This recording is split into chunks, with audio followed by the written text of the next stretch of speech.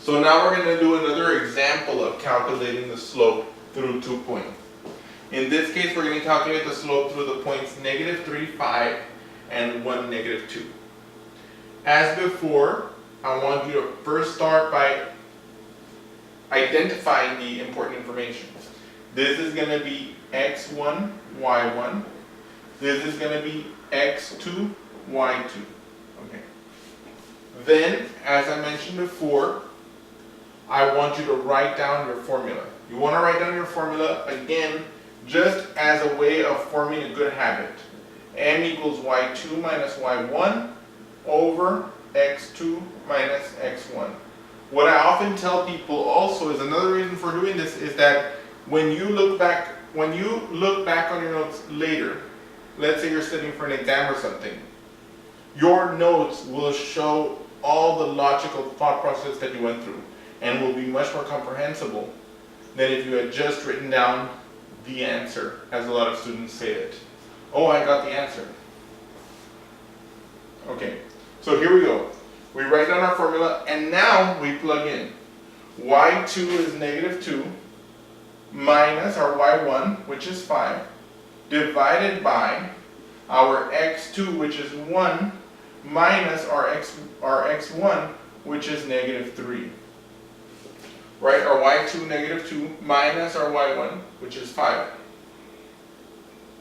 Our x2, which is 1, minus our x1, which is -3, like this. -2 minus 5 is -7, divided by 1 minus a -3 becomes 1 plus 3, which is 4. So now we can identify what the slope of this line is. The line that passes through the points -3, 5 and 1, -2 has a slope of -7 divided by 4. Now I want to explain how we interpret this negative slope. The way we interpret this negative slope for our purposes is that for every 4 steps to the right, we will go down 7 instead of up 7. Yes. So whenever you have a negative slope, the run is to the right toward the positive x-axis, and the rise is actually down. And that's why it's negative instead of positive. And so now let me draw a little cartoon to see what this line will look like. So what we're going to do is we're going to draw in our Cartesian plane, as before. Okay?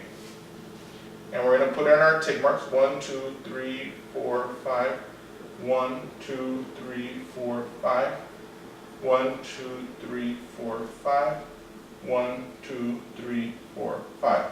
I'm going to plot this point, -3, 5, here. So I'm going to go -1, -2, -3, and then 5. So that's positive 5, so we'll go 1, 2, 3, 4, 5. So right here. That's this point. 1, -2 is the next point. So that means we're going to go 1 in the x-axis, in the x direction, and then 2 down in the y direction, because it's -2. And so we have these 2 points.